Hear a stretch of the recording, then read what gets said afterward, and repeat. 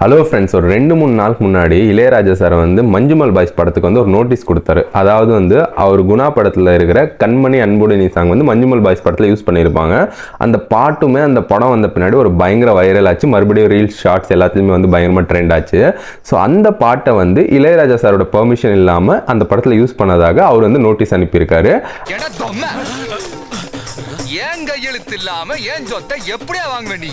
And Manjummel boys படம் என்ன சொல்லுதுன்னா, நாங்கள் வந்து ப்ரொடியூசர்ஸ் கிட்ட வந்துட்டு காப்பிரைட் வாங்கியிருக்கோம், அதுக்கான ரைட்ஸை வாங்கியிருக்கோம், ஸோ அதனால தான் நாங்கள் படத்தில் யூஸ் பண்ணோம் அப்படின்ற மாதிரி அந்த படக்குழு சொல்லியிருக்கு. ஸோ அந்த நோட்டீஸ் அனுப்பிச்ச பின்னாடி இருந்து ஒரு பெரிய டிபேட் போயிட்டு இருக்கு. அண்ட் மியூசிக் ரிலேட்டடாக, அதாவது மியூசிக்கோட காப்பிரைட் ரிலேட்டடாக நிறைய வருஷமாக நிறைய டிபேட்ஸ் போயிட்டே இருக்கு. நம்மளும் இதை பற்றி ஒரு வீடியோ பண்ணி போட்டிருந்தோம். அண்ட் அந்த வீடியோக்குள்ளேயும் சில கமெண்ட்ஸ் வந்திருந்தது. ஸோ இந்த டிபேட்ஸ், இந்த கமெண்ட்ஸ் எல்லாமே படித்தா சில பேர் வந்து ஆமாங்க அவருக்கு ரைட்ஸ் இருக்குங்க அப்படின்னு, சில பேரும் இல்லைங்க அது எப்படிங்க அவர் ரைட்ஸ் கொண்டாடலாம், ப்ரொடியூசர் தானேங்க அதுக்கு செலவு பண்ணாரு, ப்ரொடியூசர் கிட்ட ஒரு காசு வாங்கி மியூசிக் பண்ணிட்டாரு, இப்போ எதுக்கு அவர் ரைட்ஸ் கேட்குறாரு, அப்போ அவர் காசு வாங்காமல் பண்ணியிருந்தா கேட்கலாம், காசு தான் வாங்கிட்டாருல்ல, அதாவது மியூசிக் டைரக்டருக்குன்னு ஒரு சம்பளம் கொடுப்பாங்கல்ல, வாங்கிட்டாருல, அதுக்கப்புறம் எதுக்கு மறுபடியும் வந்து ரைட்ஸ் கேட்குறாரு அப்படின்னு சில பேர். இல்லை அப்படி ரைட்ஸ் வாங்கினாலும் அது வந்து அவரோட பாட்டு தான், அதனால அவர் கேட்கலாம் அப்படின்னு சில பேரும் வந்து சொல்றாங்க. ஸோ இது நிறைய கன்ஃபியூஷன்ஸ் அண்ட் நிறைய டிபேட்ஸ் இதை பற்றி. அது அவர் தான் கரெக்ட், இவர் தான் கரெக்ட், நீ போடாது அப்படின்ற மாதிரி நிறைய கன்ஃபியூஷன்ஸ். இங்கிலீஷ் எல்லாம் பேசாத, முடியுமா முடியாதா சொல்லு. சரி, இதில் என்னதான் இருக்குது அப்படின்ட்டு நாமளே போய் பார்த்துடலாம் அப்படின்னு போய் ஃபஸ்ட்டு வந்து இந்த நோட்டீஸ் கொடுத்தாங்க இல்லைங்களா. அவர் வந்துட்டு அந்த வக்கீல் பேர் வந்து சரவணன் அண்ணாதுரை. ஸோ அவர் வந்து ஒரு ஃபேமஸ் லாயர் தான். எப்படின்னா அவர் வந்து நிறைய நியூஸ் சேனல்ஸில் வந்து டிபேட்லாம் கலந்துக்குவார். ஸோ அவர் மூலமாக தான் இந்த நோட்டீஸ் வந்து கொடுத்துருக்காங்க இளையராஜா சார் தரப்புலேருந்து. ஸோ அவர் என்னதான் சொல்கிறாரு அப்படின்ட்டு அவர் வந்து நியூஸ் 18 சேனலுக்கு ஒரு இன்டர்வியூ கொடுத்தாரு. ஒருவேளை செக்ஷன்ஸ்லாம் பேசுவாரோ, அந்த செக்ஷன்ஸ்லாம் நம்மளும் பார்த்துட்டு வந்து அப்படியே உங்ககிட்ட சொல்லிடலாம். அந்த செக்ஷன்ஸ் எல்லாம் சொல்லும்போது தானே சட்டத்தில் இவனுக்கு ஏதோ தெரிஞ்சிருக்கு அப்படின்னு உங்களுக்கு ஒரு பார்வை இருக்கும் அப்படின்ற மாதிரி நானும் சரி அவரை போய் பார்க்கலான்னு போனால், அவர் வந்து மேலோட்டமா மியூசிக்ன்றது இளையராஜா சாருக்கு தான் சொந்தம், அது வந்து நீங்க வந்துட்டு ப்ரொடியூசர் கிட்ட வாங்க முடியாது அப்படின்ற மாதிரி அந்த பாயிண்ட் அவர் திருப்பி சொல்றாரு. நீங்க சரி, இதுல வந்து நமக்கு வந்து பெருசா வந்து கிளாரிட்டி கிடைக்கல, அதாவது வந்து சாலிடா சொல்லணும் இல்லைங்களா, இந்த செக்ஷன் படி இப்படி ஆயிருக்கு அப்படின்னு. ஸோ அதை பத்தி அவங்க எதுவும் சொல்லணும் போது, சரி இதுக்கு மேல இது வேலைக்கு ஆகாது, நாமளே வந்து சட்டத்தை பத்தி படிச்சிட வேண்டியதுதான் அப்படின்னு ஒரு முடிவு எடுத்து, ஸோ நாமளே வந்து சட்டத்தை பற்றி படிச்சிடலாம், அந்த காப்பிரைட் விஷயமா என்னென்ன இருக்கு அப்படின்ட்டு. போடு போன சட்ட ஆலோசகர் இருக்கு, ஃபோன் போடுறதே சட்ட ஆலோசகர் தான்டா. ஒரு ஆர்டிகல்ஸாக பார்த்தா அதில் ஏகப்பட்ட விஷயம், அது எப்படி படிக்கணும், அதாவது வந்து இந்த லா எல்லாமே வந்து செக்ஷன்ஸாக டிவைட் ஆகிருக்கும் இல்லைங்களா. ஸோ ஒரு வருஷத்தில் வந்து ஒரு லா இம்ப்ளிமெண்ட் பண்ணியிருப்பாங்க, அடுத்த வருஷம் வந்து அதில் ஏதாவது பிரச்சனை இருந்திருக்கு, ஒரு 5-6 வருஷம் கழிச்சு திருப்பி ஒருத்தங்க வந்திருப்பாங்க, இல்லை ஏதாவது ஒரு கேஸ் மூலமாக வந்து அந்த லா வந்து திருப்பி சேஞ்ச் ஆகும். அந்த மாதிரி நிறைய விஷயங்கள் நடக்கும். இப்போ 1957 அந்த காப்பிரைட் லா அப்படின்னு ஒன்று வருதுன்னு வச்சுக்கோங்க, அதுதான் அந்த இயரில் தான் அந்த காப்பிரைட் லா பண்ணியிருக்காங்கன்னு நினைக்கிறேன். ஸோ அதுக்கப்புறமா வந்து மறுபடியும் 2012 ஏதோ ஒரு ரிவிஷன் மாதிரியோ, 1993 ஏதோ ஒரு ரிவிஷன், இந்த மாதிரி நிறைய ரிவிஷன்ஸ் வந்து அங்கங்க ஆகும். ஏன்னா வந்து சின்ன பிரச்சனைகள், அதாவது வந்து லிரிக்ஸிஸ்ட்க்கு உரிமை இருக்கா, சிங்கருக்கு உரிமை இருக்கா, இந்த மாதிரி நிறைய விஷயங்கள் வரும்போது அந்த லா வந்து அப்டேட் ஆகிட்டே இருக்கும். சரிங்களா. ஸோ இதெல்லாம் படிச்சதுல வந்து எனக்கு புரிஞ்ச விஷயம் என்னன்னா, ஒரு படத்தோட ஒரு ப்ரொடியூசர் இருக்காருன்னு வச்சுக்கோங்க, அதில் வந்து 3 விதமாக வந்து அந்த காப்பிரைட் வந்து 3 விதமாக வந்து எடுக்கிறாங்க. அதாவது வந்து சினிமாட்டோகிராஃபிக் ஃபிலிம்னு சொல்லுவாங்க, அதாவது விஷுவலாக. சரிங்களா. அந்த விஷுவலுக்கு யார் ப்ரொடியூசரோ அவர் தான் வந்து அதோட ஓனர், அவர் தான் வந்து ப்ரொடியூசருக்கு தான் அதோட உரிமை இருக்குது. அதே மாதிரி சவுண்ட் ரெக்கார்டிங்க்கு ஓனர், அந்த சவுண்ட் ரெக்கார்டிங்கோட உரிமை யார்கிட்ட இருக்குன்னா அதுவும் ப்ரொடியூசர் கிட்ட தான் இருக்குது. ஆனால் மியூசிக்கல் ஒர்க், அதாவது வந்து இது இன்டெலெக்சுவல் ப்ராப்பர்ட்டின்னு சொல்லுவாங்க. ஸோ மியூசிக்கல் ஒர்க் வந்து அதோட உரிமை யார்கிட்ட இருக்குன்னா மியூசிக்கல் கம்போசர், அந்த கம்போசர் கிட்ட தான் இருக்கு. அதே மாதிரி வந்து சிங்கர், லிரிசிஸ்ட் எல்லாருமே அதில் இன்வால்வ் ஆகுறதுல அவங்களுக்குமே அதில் பங்கு இருக்கு அப்படின்ற மாதிரியும் சொல்றாங்க. ஸோ அது வந்து டிபேட்டபிள். அண்ட் மியூசிக்கல் ஒர்க்கை பொறுத்தவரை அது வந்து மியூசிக் கம்போசர் கிட்ட தான் இருக்கு அப்படின்ற மாதிரி தான் நிறைய ஆர்டிகல்ஸையும் சொல்லியிருக்காங்க. ஸோ நெக்ஸ்ட் வந்து இதை வந்து எக்ஸ்பிளைன் பண்ணணும்னா, உதாரணத்துக்கு இப்போ வந்து குணா படத்தோட ப்ரொடியூசர் வந்து அந்த படத்தோட பட்ஜெட்டை வந்து 1 கோடி வச்சிருக்காருன்னு வச்சுக்கோங்க. அதில் வந்து 5 பாட்டு இருக்குன்னா 5 லட்ச ரூபாய் அந்த பாட்டு கம்போஷனுக்கு மட்டும் அவர் ஒதுக்குறாரு. அதாவது மியூசிக் டைரக்டருக்கு நான் 5 லட்ச ரூபாய் கொடுக்குறேன், எனக்கு 5 பாட்டு வேணும் அப்படின்ற மாதிரி அவர் வந்து ஒதுக்கியிருக்காரு. அப்போது கண்மணி அன்போடு நீ சாங்குக்கு 1 லட்சம் ஆகுதுன்னு வச்சுக்கோங்க. சரிங்களா.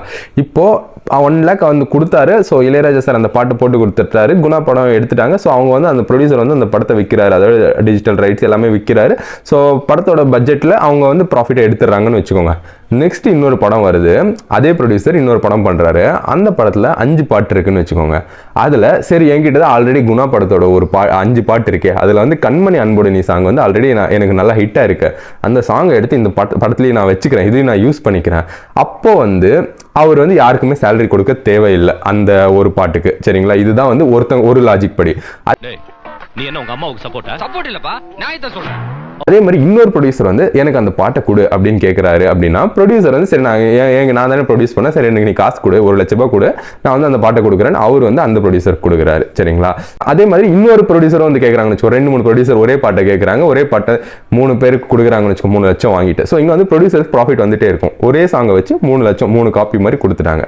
சரிங்களா, இப்போ கான்செப்ட் என்னன்னா, இளையராஜா சாருக்கு கொடுத்த சம்பளம் அந்த பாட்டுக்கு 1 லட்சம் ஒரு பாட்டுக்கு, ஆனால் அந்த பாட்டு வந்து 3 லட்சம் பண்ணியிருக்கு.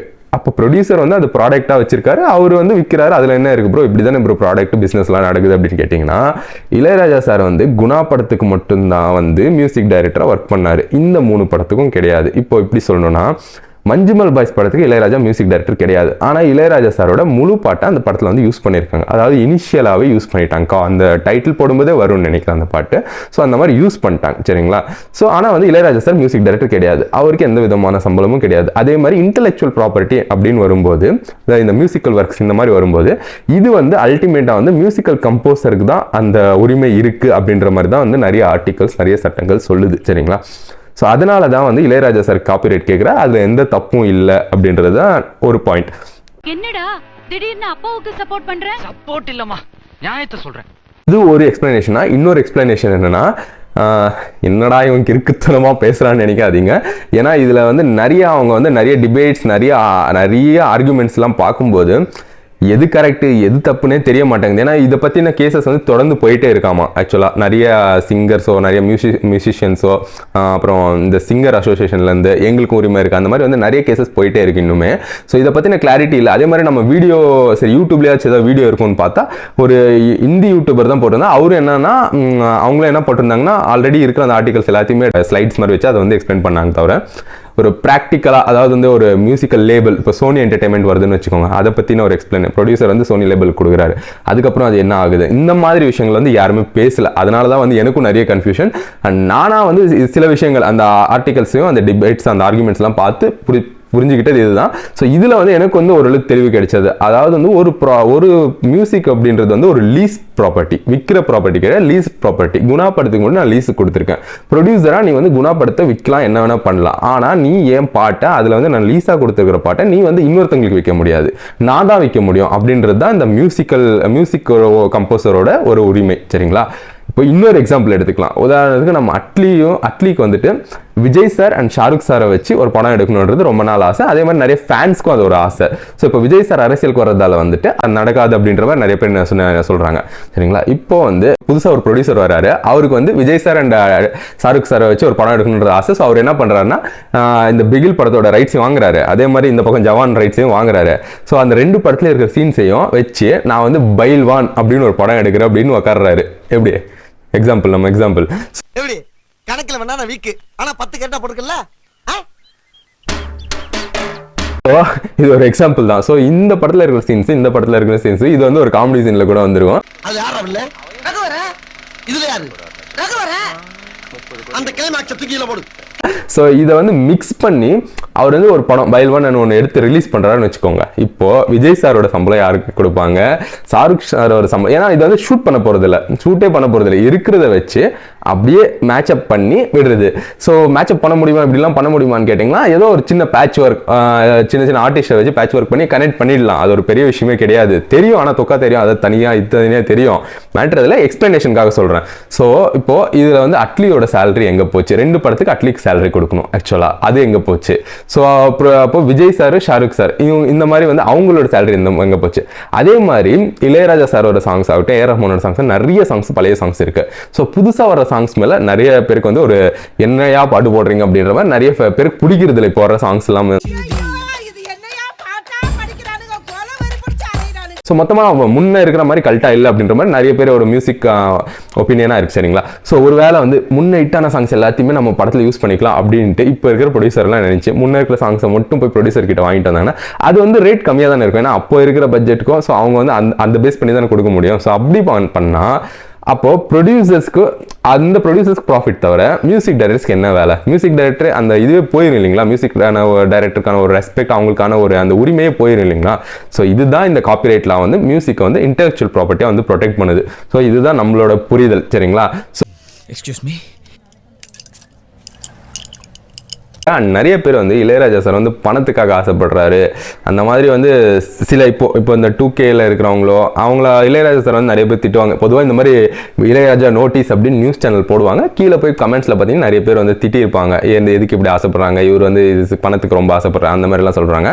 அதே மாதிரி இளையராஜா சாருக்கு வந்து இன்னொரு சைடு, அதாவது இன்னொரு பக்கம் சப்போர்ட் பண்ணுறவங்க இருப்பாங்க பார்த்தீங்களா. அவங்க சொல்கிறது என்ன கேட்டிங்கன்னா, உதாரணத்துக்கு வந்து பி வாசு வந்து ஒரு இன்டர்வியூவில் சொல்லியிருப்பார், ஏதோ ஒரு புது படத்துக்கு வந்துட்டு இளையராஜா சார் வந்துட்டு அப்போ வந்து 1 lakh சார்ஜ் பண்ணிட்டு இருந்தாராம் மியூசிக் டைரக்டர். ஸோ அந்த ப்ரொடியூசர் வந்துட்டு சார் எங்கள் பட்ஜெட்டே கம்மி, படத்தோட பட்ஜெட்டு நீங்கள் உங்கள் சேலரி முதல்ல சொல்லிடுங்க சார், நாங்கள் ஏதோ அட்ஜஸ்ட் பண்ணிக்கிறோம், எங்களுக்காக கொஞ்சம் சீக்கிரமாக சொல்லிடுங்க சார். இளையராஜா சார் சொல்லவே இல்லையா கடைசி வரையும்.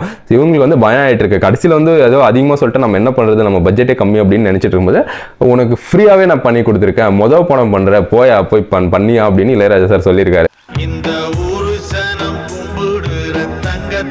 ஸோ இந்த மாதிரி வந்து அவர் வந்து ஃப்ரீயாகவே அந்த அவரோட மியூசிக்கோட வேல்யூ ஆக்சுவலி இப்போ இருக்கிறவங்களுக்கு தான் தெரியும். இப்போ இருக்கிற அந்த லேபிள்ஸ், இப்போ இருக்கிற அந்த சோனி மியூசிக் இந்த மாதிரி அவங்களுக்கு தான் தெரியும் தவிர அப்போது வந்துட்டு அவர் ஒருத்தர் தான் இருந்தார். ஸோ அதை வேல்யூ பண்ணலன்னு நான் சொல்ல, அப்பயுமே வந்து அவர் தான் வந்து ராஜா, இல்லை நாளையில் என்றைக்கும் தான் ராஜா, அந்த மாதிரி வந்து அவர் வந்து எப்போவுமே ராஜா. ஸோ அவரை வந்துட்டு அப்போவே வந்துட்டு லைக் அவ்வளோ கைண்டாக இருந்திருக்காரு. அதாவது வந்து ஒரு புது பட ப்ரொடியூசர், அவங்க கிட்ட சார்ஜ் பண்ணக்கூடாது அப்படின்னு இப்போ கூட யாரும் நினைக்க மாட்டாங்க. ஸோ அவர் வந்து அந்த டைமில் வந்து அப்படியெல்லாம் இருந்திருக்காரு. ஸோ அவர் வந்து 2 சைடு இருக்குது. அண்ட் அதே மாதிரி இன்னொரு விஷயம் நீங்கள் நோட்டீஸ் பண்ணிங்கன்னா, இப்போ நீங்கள் வந்து யூடியூப்பில் போய் ஏஆர் ரஹ்மான் சர்ச் பண்ணுங்கள், இல்லை அனிருத்னு சர்ச் பண்ணுங்கள், ஏதாவது ஃபேமஸான மியூசிக் டைரக்டர்ஸ் வந்து சர்ச் பண்ணுங்கள்.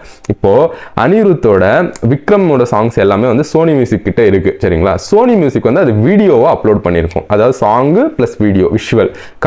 இப்போ போர்க்கண்ட சிங்கம் சாங் எடுத்தீங்கன்னா கமல் சார் அந்த விஷுவலாக வருவார், பின்னாடி வந்து போர்க்கண்ட சிங்கம் சாங் வரும். ஸோ இதை வந்து சோனி மியூசிக் அப்லோட் பண்ணியிருக்கோம். ஃபார் எக்ஸாம்பிள் அனிருத் எடுத்துருப்போம், அவரோட சேனல் நீங்கள் சர்ச் பண்ணிங்கன்னா அந்த சேனலில் வந்து ரிலீசஸ் ஒன்று இருக்கும். அந்த இடத்துல வந்து இந்த போர்க்கண்ட சிங்கம் சாங் வந்து அங்கேயுமே இருக்கும். அதுக்கு வந்து தனியாக வியூஸ் இருக்கும், இதுக்கு ஒரு தனி வியூஸ் இருக்கும் சரிங்களா. இந்த சாங்கோட விஷுவல் எதுவுமே இருக்காது. இதில் ஜஸ்ட் வந்து அனிருத் ஃபோட்டோவோ இல்லை ஏதோ ஒரு சிங்கிள் ஃபோட்டோ, ஒரு லிரிக் வீடியோ மாதிரி, அதாவது லிரிக் வீடியோ கூட கிடையாது, ஜஸ்ட் ஒரு ஃபோட்டோ மட்டும் இருக்கும். ஆனால் சாங் வரும் சரிங்களா. ஒரு வீடியோ சாங் மட்டும் வரும், அந்த வீடியோவில் வெறும் ஒரு ஃபோட்டோ மட்டும் தான் இருக்கும் த்ரூ அவுட் சாங். ஸோ இப்போ நீங்கள் அது கீழே காப்பிரைட் பற்றி படிச்சிங்கன்னா அந்த சோனி மியூசிக் கிட்ட சின்னு போட்டு காப்பிரைட் ஆகிருக்கும், இங்கே வந்து பி அப்படின்னு போட்டு சர்க்கிள் ஆகிருக்கும். அங்கே சோனி மியூசிக்கு சி, இங்கே வந்து பி. ஸோ இந்த மாதிரி வந்து ஒரு மியூசிஷியனுக்கு, அதாவது ஒரு கம்போசருக்கு வந்து அவருக்கான ரைட்ஸ்ன்றது வேறு. அதாவது வந்து ஒரு ப்ரொடியூசர் வந்து ஒரு கம்போசருக்கு சேலரி கொடுத்துட்டாருன்னா அதோட முடிஞ்சிடுச்சு, அவர் வந்து அங்கே வந்து சம்பளத்துக்காக அந்த இதை பண்ணி கொடுத்துட்டாருன்னு அப்படின்னு வராது. ஏன்னா இது மியூசிக் வந்து இன்டெலெக்சுவல் ப்ராப்பர்ட்டி அப்படின்றதால, அதாவது வந்து ஒருத்தரோட திறமை, ஒருத்தரோட தனித்தன்மையை வந்து அவர் மியூசிக்காக வந்து கொடுக்குறாரு அப்படின்னும் போது இதை வந்து யாருமே வந்துட்டு லைக் ஓன் பண்ண முடியாது. அந்த மியூசிக் டைரக்டர் மட்டும்தான், மியூசிக் கம்போசர் மட்டும்தான் ஓன் பண்ண முடியும். அவர் வந்து அந்த சாங்கை வந்து குணா படத்துக்கு வந்து லீஸாக கொடுத்துருக்காரு. ஸோ இப்போ வந்து அதை வந்து மஞ்சுள் பாய்ஸில் யூஸ் பண்ணோம்னா கண்டிப்பாக வந்து இளையராஜா சாரோட பர்மிஷன் வேணும் அப்படின்றது தான் வந்து இந்த ஆர்டிகல்ஸ், இந்த டிபேட்ஸ் எல்லாத்துலேயுமே உள்ள பூந்து அந்த செக்ஷன்ஸ்லாம் பார்த்து நம்ம தெரிஞ்சுக்கிட்டது இதுதான். ஸோ மேலும் ஒரு வீடியோவில் சந்திப்போம். தேங்க்ஸ் ஃபார் வாட்சிங். தேங்க்யூ.